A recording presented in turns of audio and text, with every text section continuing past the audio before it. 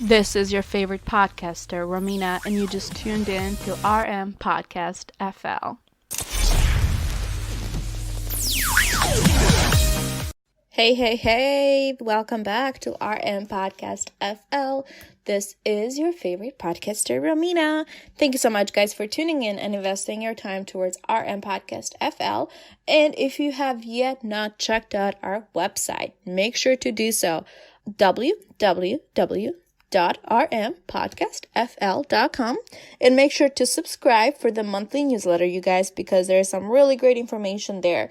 Plus, make sure that you do not miss out on any promotions or any upcoming events that we have going on. But before we lose any time, I definitely want to go ahead and jump to today's interview, you guys, but also have a special announcement to make. What we're going to do, the first week of every month, we're going to launch 2 interviews. Yes, you heard that right.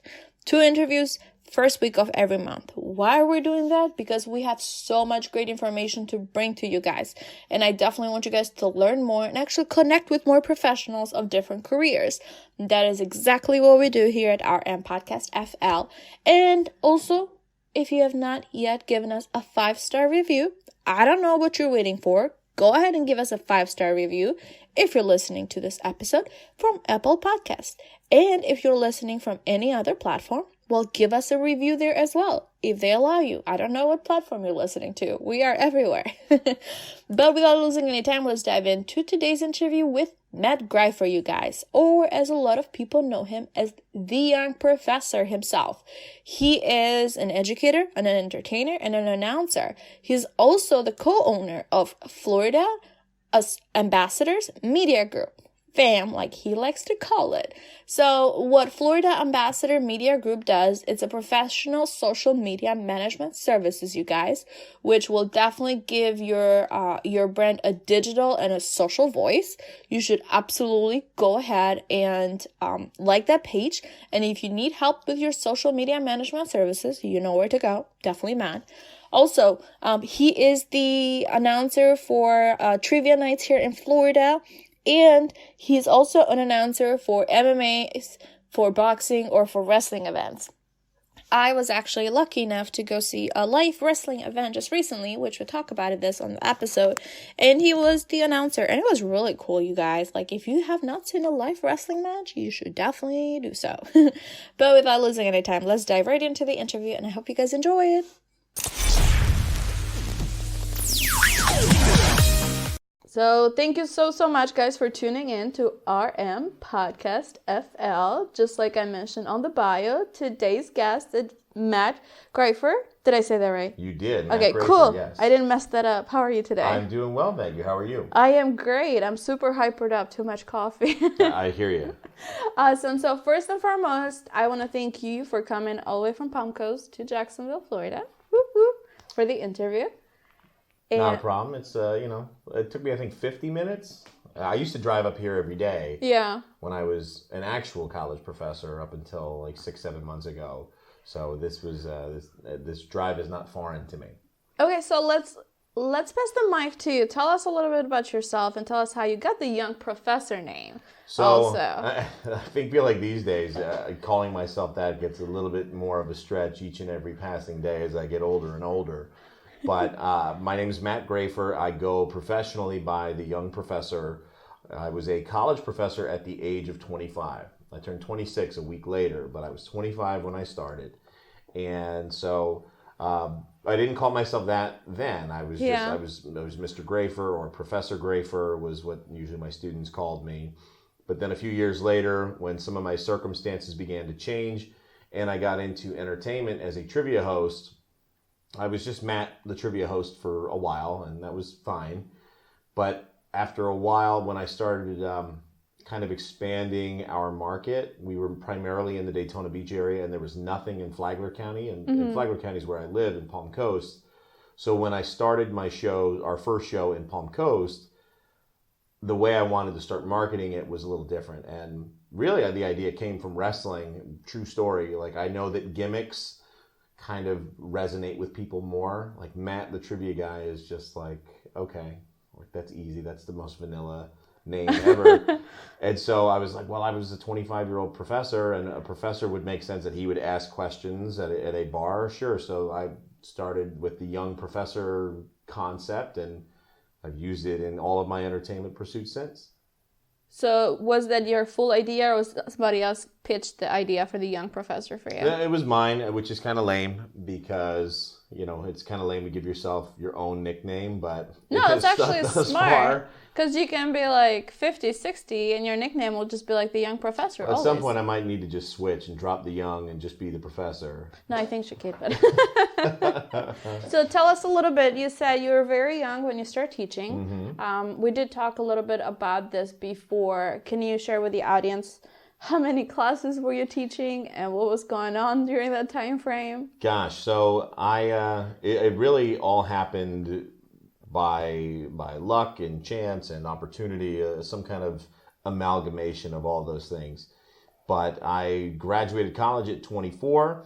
I moved to Florida at 24 years old. I started working for an event management company after I finished my master's degree in kinesiology with a specialization in sport and exercise behavior. So like sports psychology and also sports management were kind of my forte. Those were the areas I really did a lot of work in. And so I was with an event management company for a year. I was with a woman at the time, and we found out we were going to be having a baby. And so I needed to switch gears, I felt like. And I switched back into higher education because while I was in undergrad and grad school, I worked for the university. I worked in their recreational sports departments. I see. So I got a lot of high-level professional experience there, really a lot of marketing, a lot of management, and just making sure the facility operations went through. But I wanted to get back into higher ed because I thought it was going to provide more opportunities. So I wound up taking a job in Jacksonville as an admissions counselor with one of the Kaiser schools that's not even a school anymore at this time. So I did that, and then a year later, when my son was born, and things had not gone so great with his mom and I was looking to make sure I could be closer to home. I wanted to get closer to Daytona Beach because Daytona is 30 minutes away, whereas Jacksonville is an hour away. True. And so I put in to be an admissions counselor there, and they turned around and said, hey, we have this sports medicine program, and we see you have a master's degree in kinesiology. We actually need someone for that. Would you be interested? I said, are you kidding? Of course, because I hated my admissions job. It was not what I wanted to be doing, and I didn't feel like I was using my brain. I wasn't using the things that I had learned in school for much. It was, very much a sales type position. So I got the opportunity to start teaching at 25 years old, and so I walked in, and all of a sudden you go from just being an admissions counselor, and now you're a college professor replacing a man who's nearly 70 years old, and you have to sound credible and know what you're talking about. And it was a wild transition. The program I was in had 12 different courses, and I taught all of them. And then I started teaching some of the lower level courses too.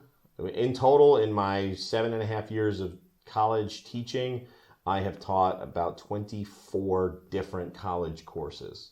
And what's the average out there? I honest to God, I couldn't tell you, but I feel like it would be a lot less. Yeah, I think so. I think it would be probably like 2 to 3, but that's about it. Right. And like you just kind of work those 2 or 3 over How did you years. manage that? What choice did I have? It was a good job. It was a well-paying job. It provided the security. It also gave me a good reputation. It was a reputable position. And with things with my son's mom and I not working out and having to be in essentially a court battle on custody issues, which is not something I talk too much about, having a position was like, hey, I'm a college professor, really was something that worked in my favor. And so, I just had to make it work. It was very difficult sometimes. There were classes that I had to teach that I really did not feel very confident going into, but hey, that's the job. So get the book, get the materials, study up, and be a few days ahead of your students at the minimum, and put it out there with confidence. And somehow I made that work for quite a while. How was the experience? Because I'm sure some of the students are probably your age or a little bit older or younger. how was that, because whenever you think of like your professor, you think it's going to be somebody older than you, or you think like the older they are, like this is the wrong perception a lot of times. Like the older you are, the more experienced you are, which that's not the case scenario. But these are this ideas that we have on our head. So how did you take power to that position? So I had the same, the way you just phrased it was exactly the way I had perceived it in my mind. And so I think I was a lot more worried about it than my students were. Oh, I see. Because what I found rather quickly was they really didn't care that I was about my age. They just wanted quality instruction. And so long as I was able to present that, the shock of me being their age or younger in many cases over my time there usually went away pretty quickly. And you did that for how long? 7.5 years, so almost 8 years. And then let's move a little bit to the now. Now, I am a business owner, a co-owner of the Florida Ambassador Media Group. We are a marketing agency specializing primarily in social media marketing. And that's fills most of my days. And then in the evenings, I am also a trivia host. I work for Challenge Entertainment. I'm actually one of the assistant area managers, so I kind of run Central Florida, which consists primarily of Volusia and Flagler counties, but we just picked up a few shows. We've got one in the Orlando area, one in the St. Augustine area. So we've got about 22 shows a week that I help manage or host myself. That's a lot of shows a week. Well, I don't host all of them. Correct, but still managing, Yes, and when all things are okay, it's great. When a few people need to call out and someone's sick or someone leaves town, it's a stressful week trying to get all of that managed. So, because you manage about 22 shows, so you kind of have to be on top of it and make sure if something falls, Yes, and that's one of the things that, that's I think one of the marketable pieces of hiring Challenge Entertainment for trivia, for bars and restaurants to do that is we're a company. We're a national company. We've got shows coast to coast, but we also, regionally speaking, in the Central Florida region, we have a lot of trained, quality, professional hosts. So if someone does get sick or someone does need to miss for some reason, it's very, very rare. I'm not going to say it has never happened, but it is extremely rare that we would need to actually cancel a show because we actually have other qualified people who can do it versus like a one-man operation. Yeah, that guy might be cheaper, but if he's not there and you've got 30 people waiting to play, he has no backup and there's no one that can go. So I remember we talked about this too, like in Albania, I'm Albanian, I've said this multiple times, but we don't have trivia shows. And you were saying that here you guys typically do like a regular schedule towards hosting trivia, and it might be different topics all the time. What is the gender, what's the most popular gender or age that you would see on this type of shows? You mean for our players? Yeah, for the players. So our demographic, it really leans towards what the demographic of the area is. And I would say that's usually older adults for the most part, at most of our shows anyway. I would say average age, 40s, 50s, 60s, and up. You get a few 30-somethings, a few 20-somethings. But here in Central Florida, because it's Florida, there's a lot of retirees. That seems to be our primary demographic. But we have a few shows that lean a little bit younger. You get your 20-somethings and 30-somethings. And so it's a pretty healthy balance when you kind of look across the board. Well, everybody's running away from the north and moving south too. And that's it, yes. For Florida. So you are a business owner for the social media marketing Florida Ambassador Media Group, which that's going amazing. And also, I want to ask you before I do jump to the next thing, because Matt, you're doing so many things, and I'm really intrigued because I really want to know how in the world you manage your time, because that's a whole nother topic. But tell me a little bit about your current business. Who would be your perfect client? What exactly do you guys do for the business? Because a lot of people would say, "Oh, I do social media marketing," but who's your perfect client?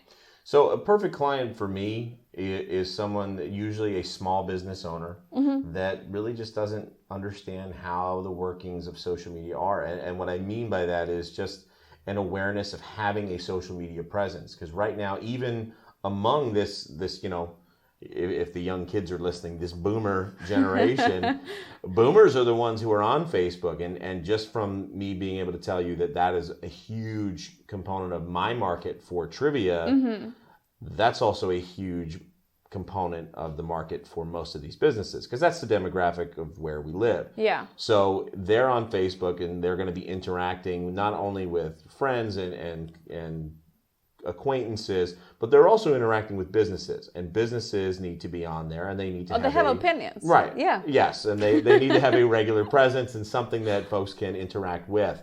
And there is an art to making sure that your social media is relevant. It's not the same as managing your personal page. And there's some very specific things about what times of day are the most effective, what types of content. And when I say that, I don't mean, if you run a restaurant, if you just put up, here's our special of the day, here's our special of the day, here's our special of the day, every day, that's not interesting to people. And they're not going to engage with that organically.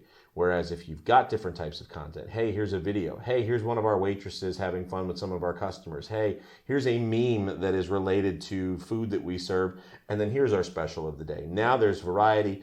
People interact with it more organically. Jab, jab, right. hook. And so that's what we do. And that's what I take over. And if you've ever managed social media, like you do it for your brand and for your podcast, you know that it takes a lot of time and thought and effort and energy.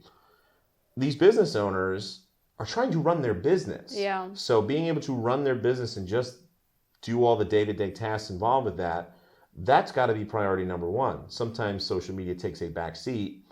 And so those that really can't keep up with both, those are the ideal clients that I think will work best with me. And those are the types of folks that we've had success with that are working with me currently. And that's really great, because it is very true. When you're trying to run a business, the last thing you want to do is try to hop on your phone and try to write a post, and you're going to have, misspellings everywhere because you are in a hurry and nobody's going to come for the special of the day. Right. Or you didn't post for 2 weeks, or did the restaurant close? So that is very important. A lot of people don't really understand how the technology is advancing, and just making sure you create organic searches at one point, or you just have a traffic flow, even if it's a slowly increasement over a course of a month, it would be a big difference. Right. That's awesome. So you guys focus in Florida. That's amazing. Yeah. Perfect. And then, so you are the young professor. I am. Trivia. Okay. Businessman. Business owner, yes. Now, I also was on a show that you were an announcer a couple of weeks ago. So I also do quite a bit of work in sports these days as well. Yes. So as we can kind of tell, you're really passionate about sports.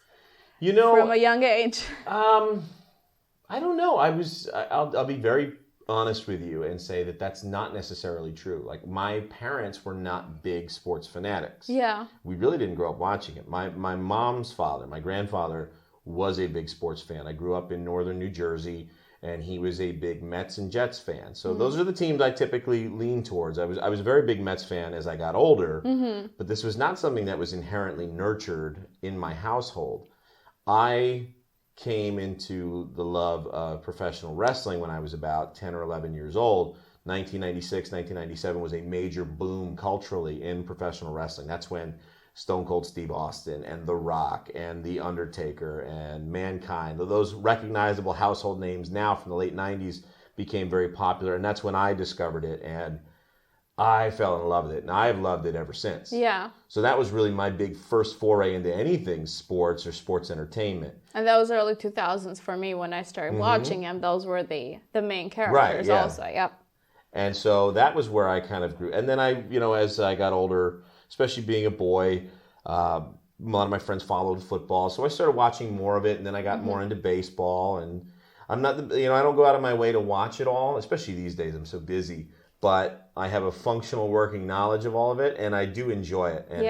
But more than anything, now that I get to do it, I really love being a part of it, because there's an emotional connection in sports when you've got people, these fans that are sitting there watching, that really, if you've never gotten a chance to go to something and experience it, it's very, very hard to describe in just words alone. I mean, I would fully agree with that, because we saw the live show, it was about a week or two ago. 2 weeks, I think. 2 weeks ago. Yeah, 2 weeks ago. It was the first time that I saw live wrestling, and it was a whole different emotions. Like because I was sitting very close to the stage too for a second. You like had some prime seating there. yes, Yeah. yeah. So we're sitting very close, but they were just going around giving high fives, and I could literally see them wrestle on the stage, and I felt like one of them is just gonna fly over and come at me. It was That does really happen. awesome. Yeah.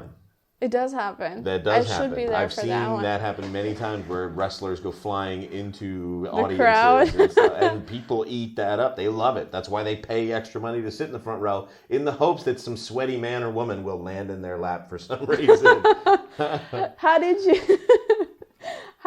pay extra for the extra amenities. For the Okay. sweatiness, yes, you pay extra for that. How did you come about at this position, at this field? Because you would be the announcer and you announce for boxing, MMA, wrestling. So you do a lot of things. I do a lot of things. Yeah. I work in professional football too, here in Jacksonville. I work with the Jacksonville Sharks, the arena football team who just won the 2019 National Arena League World Championship. I was there. We hosted the championship game here in the arena, just a few miles up the road from where we're recording this. And then I'm walking out in front of 9,000 people that were crammed into the ViStar Veterans Memorial Arena. God, it's cool, and it's just a very surreal experience. But how I got here, that's what you're asking about. I had started the trivia. Okay, that was kind of where my entertainment roots began, and the young professor thing was working. But for a few years of doing that in particular, and even my students in class would say, they was like, "Man, your voice is really good for radio, or have you ever done any sports announcing?" And people for years would ask me this. And to the point where I would always tell them, like, I would love to do that. I have no idea how to go about it. That's a great, somebody? Like, that was always kind of my joking response. And I finally one day just said to myself, why aren't I doing that? And that was an open question I asked. And there was, it was a few years ago. It was probably like summer 2017. My wife and I were sitting together having a conversation about just some things that we wanted to get done, like some things, goals for the house, goals personally, goals from our relationship standpoint. And I'm a big believer in writing things down, that vision board approach. If you see it and interact with it every day, you make it real. Then it's unbelievable, but it does. Yes, that is so important. It makes it tangible in a way that it's not if it's only just purely in your mind. So I wrote down. I have a picture of it somewhere. I will be a sports announcer, or wrestling or sports announcer. Yeah. And within 6 months, I was actually doing it. And I forgot I wrote this down. I discovered it like a year later. Like, I blew the dust off the pad that it was written Slow on. motion. And it was one of those moments where I went, oh my God. Like, I wrote this down and you guys, it works. Happening. You write your goals down. Write your goals down, guys. It works. I would recommend it, folks. Do it. So, as you guys can tell, he has a lot of energy. Okay? Also, he has an energy drink with him. But how many coffees you had today? I usually have something highly caffeinated, early in the morning, because I'm not a morning person. I can be if I have to be. Are you a night owl? Very much so. I read an article where it says night owls are actually smart people. They're just, their brains work different, and I'm the same. Like, I'll stay up till 4 or 5 getting stuff done, but don't wake me up in the morning. Yeah, that would be my preference. Yeah. That would, but I have to get up early and take kids to school. Unfortunately, you're an adult and you have duties. So it's overrated. Stay Peter Pan, you guys. But so as the audience, whenever I'm like looking a match or I'm seeing a fight or anything like that, and I had this since a little, maybe other people do it too. If the announcer has no idea what in the world he's saying, I am either turning off the TV and moving on with my life or changing the station. So you are the announcer in these situations. Can you tell me about the process of what work you have to do to put in order for you to be on your A game and attract more people towards the match or towards not losing their focus? Well, some of it for me just comes from the nature of my own personality. Like I when I'm on, and that's kind of it. But sometimes if I need a little help to be on, yes, it does usually come in a can. And those listening, look, I taught courses on substance abuse. I've taught courses on wellness, a lot of stuff on wellness. And I'm not sitting here and going to recommend highly that you drink exorbitant amounts of caffeine. It's really not good for you. It's not the way to go. But when you run the schedule that I do and you need to perform at the levels I do, I need something. And I accept the risk that goes along with drinking Bang Energy or something that has 300 milligrams of caffeine, which is enough to probably kill a horse. But that's usually how I have to time it properly, because if you have it too close, you could have a panic attack. If you have it too far away, then you might slow down. Or you can go to the hospital because Correct. your heart rate is going bananas. Right. So, but it happens. I've been utilizing caffeine so long, I kind of know where my body needs it. But the other part of it is just being competent in your job. And believe it or not everyone is. And there's not a lot of training that goes into these roles, especially at the live show on the levels that I'm operating. No one really is sitting and teaching you how to do this. Yeah. Whereas like the actual performance on the field of whether it's football, whether it's wrestling, MMA, like those guys, they have tons of great resources for coaching and for people to rehearse and practice. In the speaking roles, whether you're a commentator or a ring announcer, and I do both, there's not as much training for that. Unless you go to school at like Full Sail and you go to like their journalism and broadcasting classes, which I never did. No one is holding your hand and taking you through the best ways to do it. For me, I watch and listen a lot of the products that I'm involved with, and I emulate it to the best of my ability while still putting my own spin on it. And fortunately, that has made me functional enough that I'm hireable and people bring me a lot of different places. Have you seen a progress on yourself when it comes to being the announcer? Because, for example, with the podcast, I'm not saying I'll try to be as professional as I can. But the very first interview, I forgot the dude's name. And I felt like that was a very shameful moment. And he caught into that too. So I was like, I am so sorry. I'm just nervous. So like, it's a process, right? Have you seen that process for yourself too? If you can think of a silly mistake that you made that now you're like, oh, what I was doing. I can. What's interesting is I've only been doing it now for just over 2 years. Like earlier this month was my 2-year anniversary of actually starting announcing, and I did it with a promotion in Daytona Beach called Go Wrestle. They're a wrestling school, but they also run a weekly show. And that's important because that's where I'm going to go with this. And I will tell you that repetition is key. And the best part for me of being affiliated with Go Wrestle is the fact that they run every week. So that means I get to practice every week. I get tons of repetitions. Whereas a lot of other, especially in the world of wrestling, a lot of other wrestling companies maybe run once a month, maybe once a quarter. So even other announcers that are out on the scene that are vying for some of the same jobs as me, in a very short period of time, I have accumulated as much or more experience than they have because of the nature of the places I worked. I've been able to I've worked over 100 different wrestling shows now. In just over 2 years. Well, you think 52 weeks a year. Yeah. You don't miss many weeks, and it adds up. And then when you start working multiple promotions, and so you're working 2-3 shows a weekend, which in year 2 started to be my reality, I got a lot of repetition that helped. So one of the early things I noticed, and even with trivia, was just holding the microphone too close to my mouth. And because that leads to a muffled sound. Usually people that are inexperienced with a microphone will just kind of like eat it, and it's like in their mouth as they're talking, and it sounds okay. Sounds like mumbling, but like it's like, what are you saying? And they think it sounds okay, but it sounds terrible.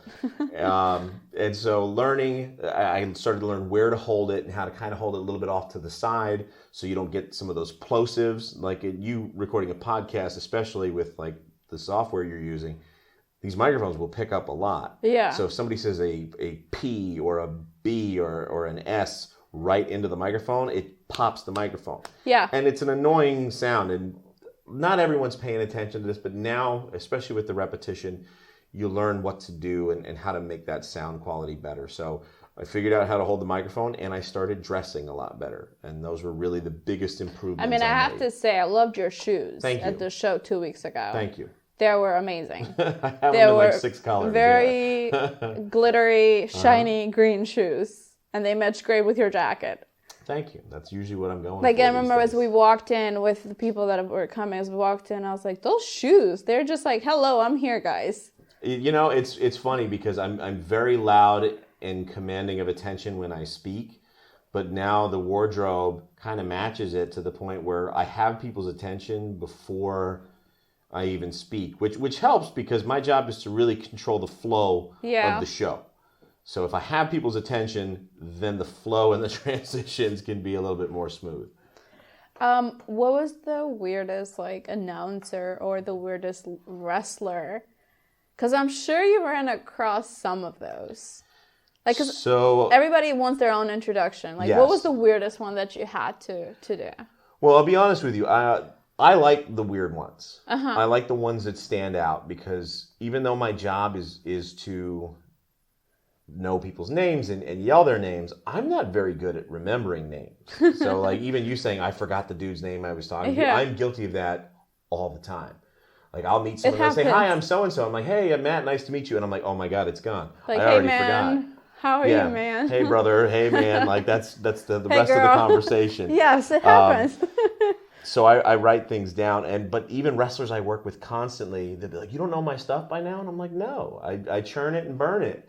But guys that have, and I don't mean that insultingly, it's just my brain doesn't register it, and I'm doing a lot of it. But there are certain wrestlers, when they have something very unique that stands out, it resonates in my mind, and I don't need to write it down as much. I will tell you the weirdest thing I ever was asked to do, and I didn't do it because I was like, I'm not doing this. It was at an MMA fight, and they have like, John Bones Jones, right? Like so there's always like the nickname is in the middle. I see. This guy, when I got his info card, and he's not there for me to talk to him, I just have his info card where it was like his first name, his last name, and the nickname that was written down, or this is the way it looked, and I'm no penmanship expert, was the rapist. And I was like, is that the rapist or is that? And then I saw him, I was like, is it therapist? He doesn't look like a therapist. And I don't know if he's trying to establish dominance, if that was what he was going for, but I was like, I'm not yelling this. I'm not doing it. And I was like, brother, I'm helping you by not saying this because that's probably not the move that you want out there because that might sound tough in the gym with your buddies, but when you read that in front of a few hundred people or a few thousand people... Well, we know which side. You're the bad guy side right away. And this is MMA. There's not supposed to be good guys and bad guys. It's a straight up fight. But in wrestling, I haven't had anything that outrageous, but I have some fun ones. And so usually, most of them really are tag teams. All the ones I wrote down are tag teams. There's a really fun tag team called the Gym Nasty Boys. And the Gym Nasty Boys... I got to do their full intro once, and they're from Stankonia. They weigh in at 2 red bones, the tumbling titan, Timmy Lou Retton, and the Sultan of Stank, White Mike, the Gym Nasty Boys. So I like that one. Another really kooky tag team that I'm a big fan of that have a great intro are the Ugly Ducklings, they're called. And they are, did you used to watch like The Ultimate Warrior? No, I don't think probably I before did. your time watching wrestling. A lot of like mysterious, crazy wrestlers used to come from a place called Parts Unknown. It's very mysterious. Okay. The Ugly Ducklings hail from Ponds Unknown, and they weigh in at an undisclosed number of rubber duckies. Like stuff like that is so fun. There's another another tag team. Like, are these people drunk when they come up with this stuff? You know what? I think they're very creative because stuff like that. You'll catch I get it. Like, you'll catch the name, you'll make fun of it, but now you're thinking about them. Right. Well, it's fun right before you even see them. Like, there's an expectation that is set. Like, oh, that's crazy sounding. These guys must be fun. And so that's the automatic seed that you're planting in somebody's head. Especially, it's not like these guys are on TV every week in places where people are just going to know their name the minute they walk out. They want something different. Right. So they're playing to new audiences and new faces regularly. So this is a good way of grabbing people's attention even before the bell rings. I see that. Because it sounds like this name just sound crazy. Like, I legit think people were just drunk when they came up with this name. Who knows? I don't know what. Or somebody misspelled something, and it's just like, oh, we're just gonna stick with this one now. Friends of mine that are they're in a tag team called That Classic Tag Team, Kiko Harris and Cody Castle. But when I say their weight, I say they weigh in at either 419 or 421 pounds, because they don't do that stuff, ladies and gentlemen. Implying that they don't do 420. And I just think that that's funny. It's clean cut. And I don't know if everyone always gets it. Yeah. But for like the 5 guys that are paying attention and are like, that's funny. Like, I think stuff like that is great. So those are some of my favorite intros I get to do. So, but you also been on the stage yourself too, because you have a title. Well, I bring a belt with me to trivia, and it's not like I award that to the winners at the end of the night, and they get to take pictures with it and all that. So I have a belt. I won it for a video game tournament, a wrestling video game, but I'm not sitting here bragging about that I wasted my time as a 12-year-old and later won a belt for it. So with wrestling, it gives you option towards traveling a lot. Mm-hmm. What is one of the coolest places that you've been so far, you would say?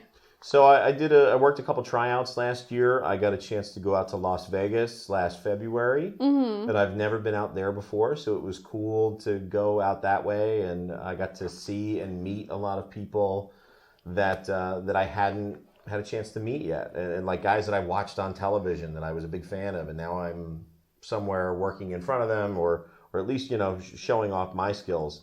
Same thing, I went up to New York, which was great because I'm from New Jersey, so it was an excuse to stop home for a little bit. And then recently, I've been doing a lot more work in Georgia. So I picked up a gig working in Atlanta. Actually, Gotta love Atlanta. I used to live there. It's a cool scene. Atlanta's got a lot of history in wrestling. Like, Georgia is a big hub of old school professional wrestling. It's Ric Flair territory, Dusty Rhodes, the NWA, like all the old school Southern wrestling. I didn't know that was Ric Flair. Is he from there? He's from Charlotte, North Carolina. Okay. But like the whole southeastern territory, like Atlanta, Georgia was kind of the hub of all of that. So there's a lot of history there.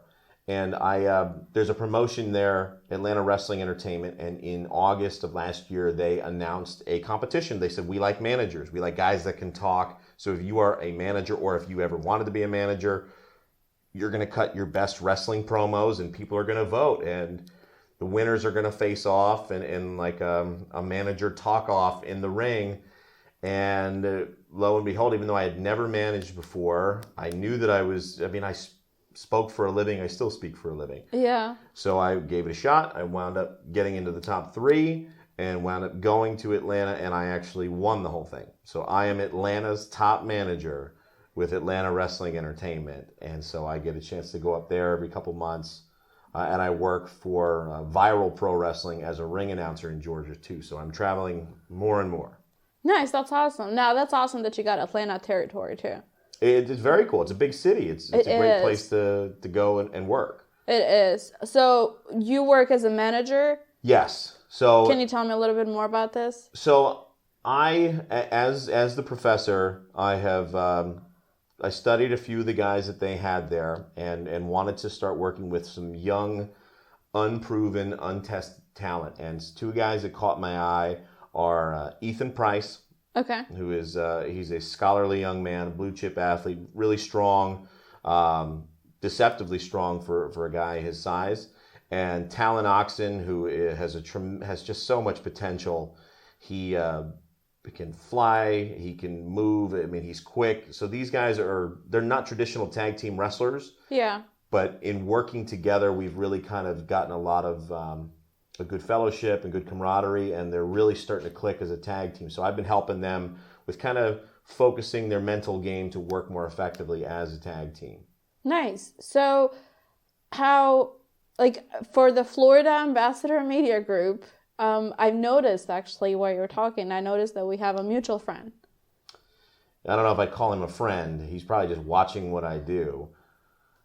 Are you talking about I'm talking 3MP? Yeah, I'm talking about Michael Palumba. So 3MP in this manager competition, he entered it because it was open to anybody. And he's a longtime wrestling fan. And he entered it, and he was not originally picked to move out of the first round, but one of the guys didn't do their video, and he jumped into the second round. And he didn't wind up in the top 3 either. But there was some alleged cheating in the round by some of the guys, like legitimate cheating. So Michael decided in his best interest to show up to the show anyway. And he brought like his entire office, all these guys that work with him at 3MP offices in Atlanta. And he brought probably a good 20, 25 people. And he kind of hijacked the competition. And I wound up still winning, but only by a couple of votes. And ever since then, he has continued working with Atlanta Wrestling. So he's a manager there too. And so we have been rivals really since we started. He's upset that I won the thing. And I don't Michael, understand why just he's drop in it. Like, so you won. His team, Powdered Donuts, they were calling themselves last time, the 3MP Posse, they have been warring with my guys for the last few months, and we've had some interesting interactions. So yeah. He seems like he's a competent businessman, but that's really all I can say for old 3MP. So I know Michael for a couple of years now. If Michael is listening to this episode, what would you like to tell him? I'll see you soon, pal. All right, Michael. I like Palumba. We'll just call him Palumba, so. Okay, so we're covering... Oh, you got something to say? No, go ahead. Okay. We're covering a lot. Announcer, businessman, business owner. I just always say businessman. Trivia, manager, organizer. You have so much going on. How do you manage your time? I ask myself that all the time. It's difficult. I do keep a calendar. Somewhere. It stays pretty full.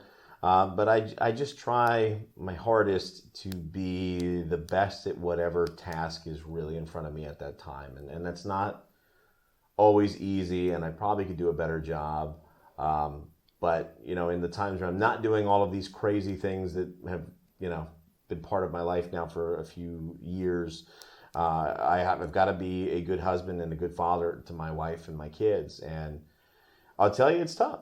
It's definitely tough. My wife is a huge supporter of mine, but even she's tested sometimes because we've got 4 kids. Yeah. So while I'm out, doing all the crazy things that I'm doing and really living my dream and trying to provide a better existence for us, she's holding down the home front. And she's got 4 kids. You've got 1 teenager, 1 soon-to-be teenage girl, a very feisty 5-year-old, and an 8-year-old boy that are just, that's a mix. There's quite the mix. So it's challenging, and she's got some tough days. Like, as long as my days are, and they sometimes are longer than hers, I think she's got the rougher job. And I'm so appreciative of her because we really do work together. And, I think if there's anything I could do better is, making sure when I'm home is really being home, being off my phone, and having a social media company doesn't help with that. Yeah. But we do the best we can, and we do a lot of activities on the weekend. We frequent Disney World a lot, so we've got annual passes. We're very much a busy family. When schedules allow, they will travel with me, so they get to come to some of these cool places with me and experience this really blessed life that we have that not many others do. And so we do the best that we can with all the craziness going on. So a lot of people say, or like the expression says, behind a successful man, there is also a woman. What percent, I know this was not on the questions. But that's okay. What percentage of your success, or how much do you think her support helps you on your achievements? I would give her the lion's share of it. I'm going to say probably about 80 to 90% of it. That's the and the reason I say that is without her, I can't do any of it. Yeah. You know, like even like I mentioned the stuff with my son. So we have a blended family. Like I have 2 stepchildren. We have my son from a previous relationship, and then we have a daughter together. So my son right now, I've got shared custody with his mother, and 50% of the time. So half the time he's with me, half the time he's with her. I'm still responsible for him, but now like my wife does a lot of like the caring for him while I'm gone. Like if she wasn't there, it's still my responsibility. I can't go and do any of these things. And my other kids too. So she, just by being there, she really shoulders the burden of keeping our family together and making all of it work. I just have to show up and do the things that I feel like I'm already pretty good at. Yeah.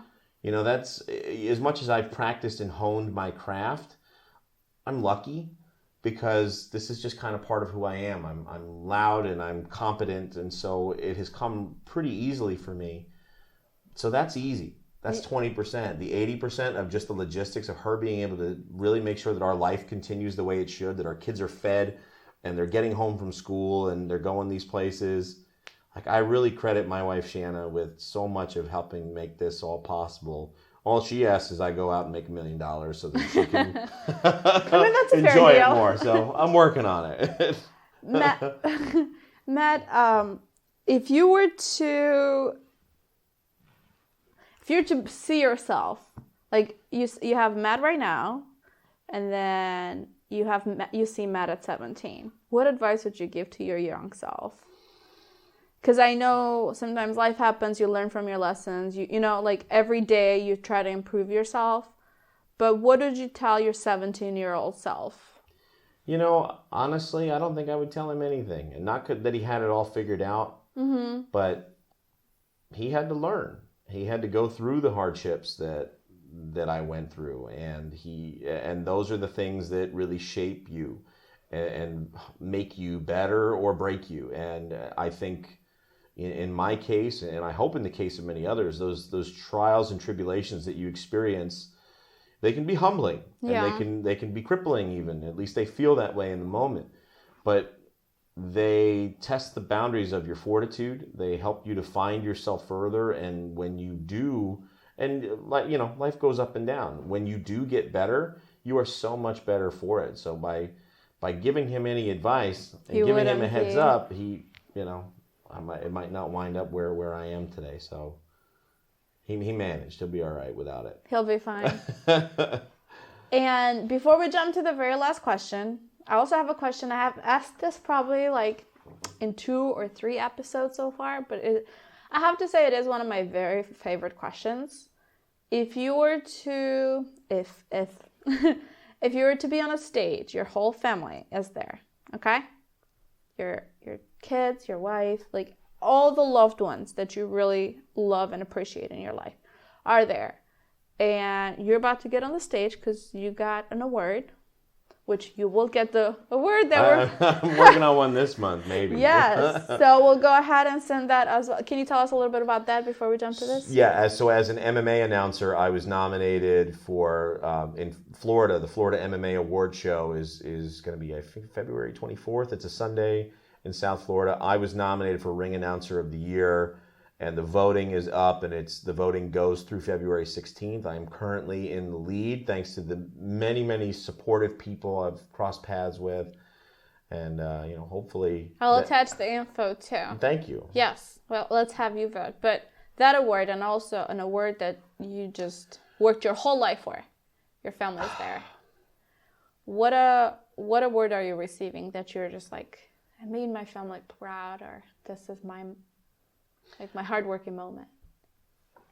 I think it might not necessarily be an award per se, but if I could really wind up at the top of really any of these industries that I'm involved in, and I've kind of a renaissance man. I've got my hand in a lot of different things, but I think if I was ever just on a national stage for any of them, that would probably be it. Because that in itself, I think, is the reward. And I think what that would really say to my family, and especially my kids, is, man, when you bust your ass and you really put your heart and soul, and you make sure that you differentiate yourself and you go as hard as you can, things can pay off for you. And so for me, it's honestly, it isn't about me. I want them to see through the experiences I'm doing that, like, when people tell you things are possible, that sounds cliche.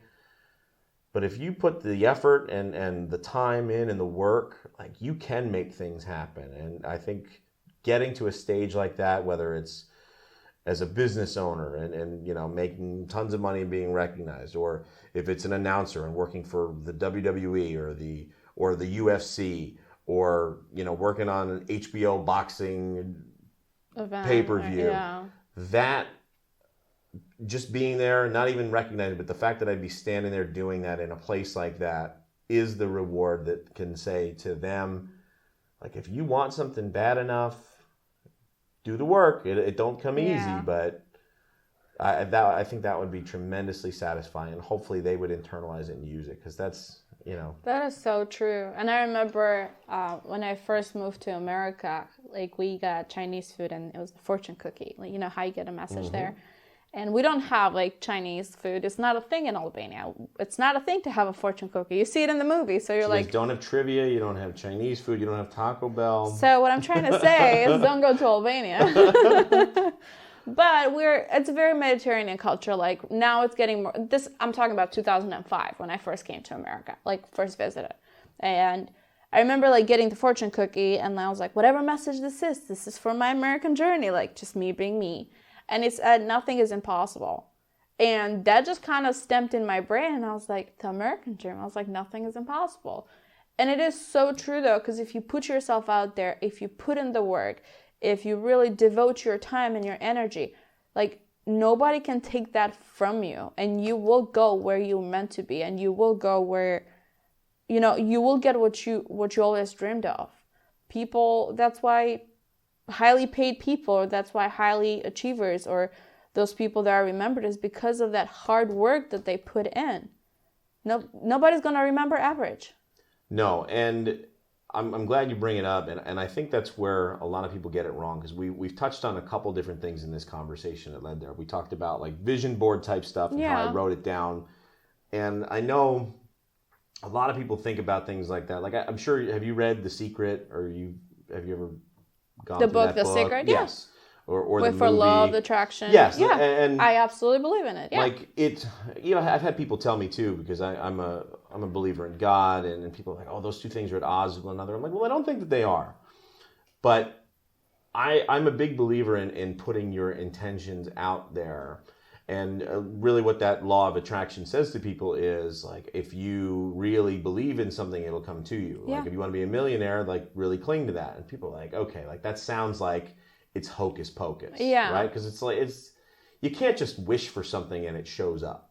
And that's true. You can't just wish for something. No, you have to put the work too. That's where people get it wrong, is they don't realize that, yes, it is achievable, but the work needs to be there. And that work and that focus, as long as you do it, then it's achievable. It happens. Like, I remember one of my biggest visions was to have a Range Rover, or just drive a Range Rover at one point. And I remember when I worked car sales, somebody traded in a Range Rover, and all I had to do was just drive it on the back. And I was like, oh my God, like, I am literally in a Range Rover. Every time I would see a Range Rover, I would just melt. I don't know. It's a perception of it. My father sold Land Rovers and Range Rovers, so I was in them a lot. And then I bought that Range Rover. Did you really? I did. I took a picture with that car, and I was like, I'm in love with this car. I worked so hard, and I just keep calling it out. I want a Range Rover. I want a Range Rover. I made $200 monthly payments on the Range Rover. That's a pretty good monthly payment on a Range Rover. That is very cheap. That's really reasonable. That's obscenely reasonable. Yes. Because I know how much they actually cost. So correct, but I worked auto sales. There you go. So I made the deal myself on that, which that's just me being smart. But whenever you call it out there, it will happen to you. And I remember my dad was making fun of it. He's like, you just make fun of Range Rovers. You just want it nonstop. He's like, now you're driving one. He's like, what in the world happened? I was like, I don't know. It's like, you call it to the world, it's going to happen. And this is one of the many things that you just call out to the world, and you put in the work, and you just do the numbers and work the logistics, and it just happens. And you don't know how to explain things sometimes, but they just happen. It's what you believe is what you achieve. But yeah, the work has to be there. Oh yeah. But I've got a lot of examples of things coming to fruition like that, and they do. Absolutely. They do. So with anybody listening that is wondering, whatever your goal is, like, write it down, put it out there, but then don't just write it down and forget about it. Like, start working, start finding out more, immerse yourself in it, and when you do, and keep, I'm a believer in serendipity, right? Happy accidents. To be able, you're on a path, you're going somewhere, but being able to recognize those opportunities that jump out in front of you. Because I'm a big believer that everyone has a lot of opportunities, but I don't think that many people have the ability to recognize them, or then if they do recognize them, to act upon them. I'm someone that believes in, if you see something and it speaks to you, act on it immediately. Don't wait for it. Because if you wait, it will pass you by. And I feel like that approach to life, especially in the last several years, has really allowed me and enabled me to get a lot of these opportunities that I've been so fortunate to get. Which one was the most recent one that it just, something happened and you just called it out and you just took advantage of the opportunity, or the lucky accident? That's tough. Probably, you know what? It was probably the one I can easily point to was working in MMA. I went to that tryout in Las Vegas last year, and it was not the best experience I'd ever had. If I'm being perfectly honest, it was a little bit lower than what my expectations were, but I tried to make the most out of it while I was there. And I had goals in that year. I said, I want to work in more sports. I don't want to just work in the one promotion I'm working for. I'd like to work in MMA, give myself more opportunities for work. Get so more this exposed. can be, yeah. And I was talking to a lot of very seasoned guys out there, and just in conversations, the things that they said about networking and all that. While I was in a hotel room in Vegas, I messaged a bunch of different promoters.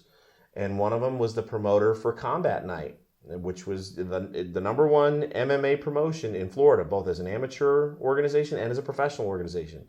And I reached out, and the promoter was like, yeah, thanks. I'll let you know. We've got a couple guys we work with, but we might need you. And then a couple days later, he's like, I have this event coming up in a couple weeks, and our regular guy can't do it. Are you available?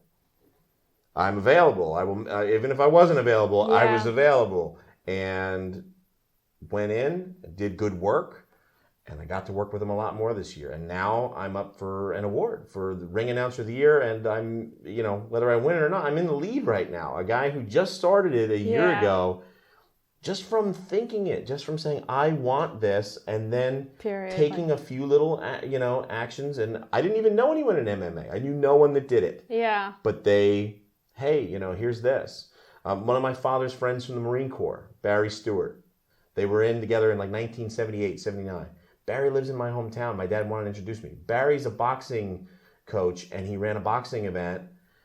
He knew I was an announcer, so I became his announcer 2 years in a row for this huge state championship, which has gotten me work at other places. That's a happy accident. Yes. But had I not followed up with him, my dad's like, no, let me introduce you to my buddy. Like, okay, Dad, yeah, whatever. Yeah, Dad. That opportunity would not have presented itself. It was a happy accident, and they're real. You just have to recognize them. If they speak to you, you have to act on them. That is very, very true. Like, I can think of multiple situations that I've acted on it and just be like a slight moment. Something tells you. Sometimes you have to follow the gut instinct too. Like, something just tells you yes, and you just go for it. Just do it. Do it. Just do it. What's the worst going to happen? Figure it out. Like, I always try to think of, if I do it, what's the worst? And usually, can I handle the worst? Okay. It's not that bad. But the worst is going to be a no answer. Right, so. Right, and you're no worse off than you were.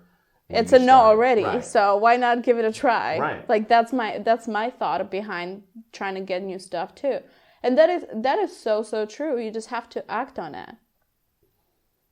That's the way it goes. That is very true. Where can people get a hold of you? Because I know we covered we touched base a little bit on a lot of things here, and I'm sure people would be interested. learning more about you and connecting with you, where they can they get a hold of you? So I am on all the major social media platforms.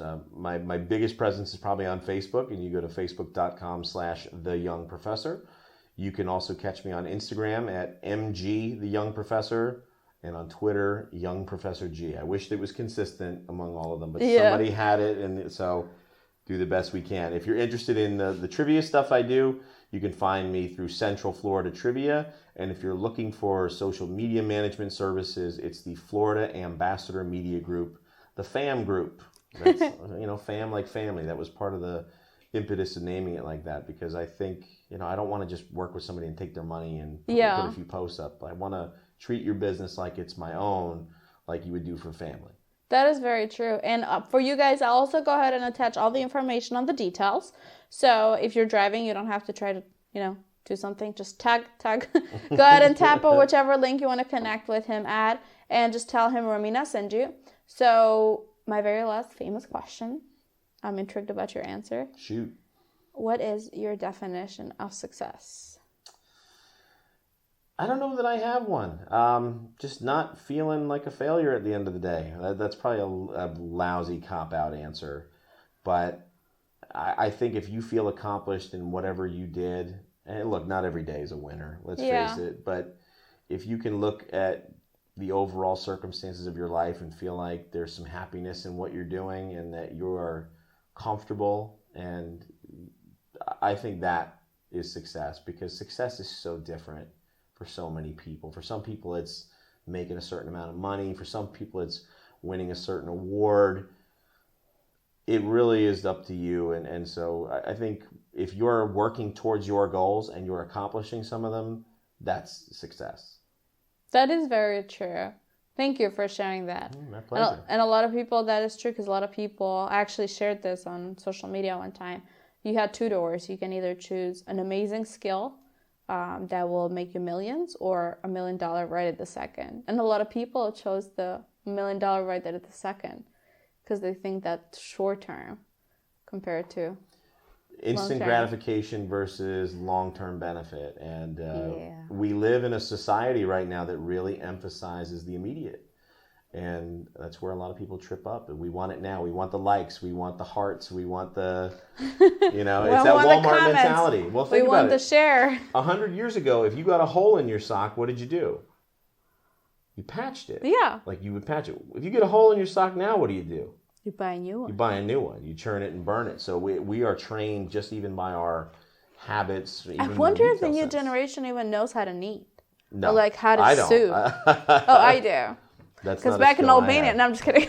I can't, God, if we talk about these cool things that I'm good at, like I can't cut up an onion in my house. That's not a joke. I'm Yeah, your wife. She needs a trophy. She's so good, but she doesn't like to talk to people on the phone. She doesn't like to be the lead at parties and stuff. I got you all day. You guys got it covered. If it involves talking to people, I got this. If it involves physical labor and all that, she is the expert in our house. That's funny. But somebody got the front, somebody got the back. It's we're all covered. The castle is covered. We're good. Thank you so much, Matt, for being a part of RM Podcast FL. And thank you so much, guys, for tuning in and listening to this episode. If you want to listen to cool episodes every Tuesday, don't forget, go ahead and tap on the details there and go ahead and vote for Matt. Please, you guys should. Yes. Not please, just do it. Yes. You know what? Do it. Just do it. It works different. If you please, just do it. You click there. Okay, you guys, listen to me. You click there right now. Anything else you want to add, man? That's it, Romina. Thank you so much for having me. I really appreciate it. You're very welcome. Thank you, guys, and just click there and vote. Bye.